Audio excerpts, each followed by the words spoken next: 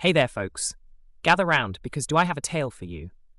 Picture this: a beautiful Thanksgiving day, the kind that makes you grateful for stretchy pants because you know you're about to dive into a feast. That's exactly what was on my agenda when I visited my aunt's house. Little did I know, I was also on the menu for a splash of petty revenge. So there I was, having just demolished a plate piled high with turkey, stuffing, and all the trimmings.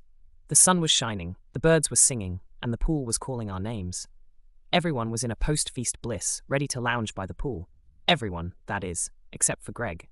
Oh, Greg. He's this guy who somehow always gets an invite because my aunt has a heart of gold and feels bad that nobody else seems to want him around. I've never really talked to the guy before. He was just sort of there.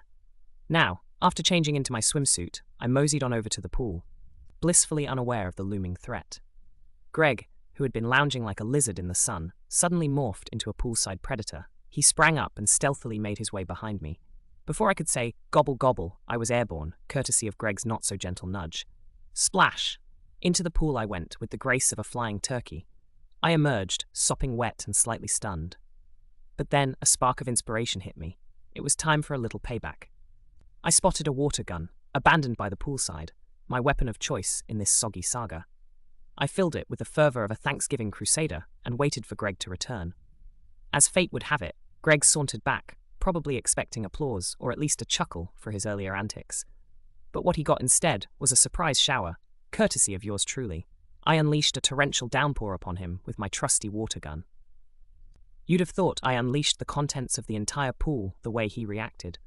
Greg erupted like a volcano, his words spewing forth like lava. He called me every name under the sun, lamenting his ruined clothes and bemoaning my disrespect. Ah, Greg, the irony was as thick as the gravy on our Thanksgiving table. He stormed off to complain to my mother and aunt, expecting perhaps some sympathy or retribution. But here's where the story takes a delicious turn. Instead of scolding or scorn, what Greg received was laughter. Yes, folks, laughter echoed around him as everyone thought the entire ordeal was hysterical. Greg's plan had backfired spectacularly. Defeated and drenched, he retreated to the safety of the living room, where he spent the rest of the day sulking and shooting me the occasional glare between plays of the football game. And so, my friends, that's the tale of how a simple Thanksgiving gathering turned into an epic saga of poolside pranks and petty revenge. Greg learned a valuable lesson that day. Never underestimate someone armed with a water gun and a sense of humor. As for me, I learned that revenge is a dish best served soaked. Thanks for joining me for this wild ride, and remember, in the battle of pranks, keep your friends close, your water guns closer, and always wear your swimsuit to Thanksgiving at my aunt's house. Catch you on the next wave of stories.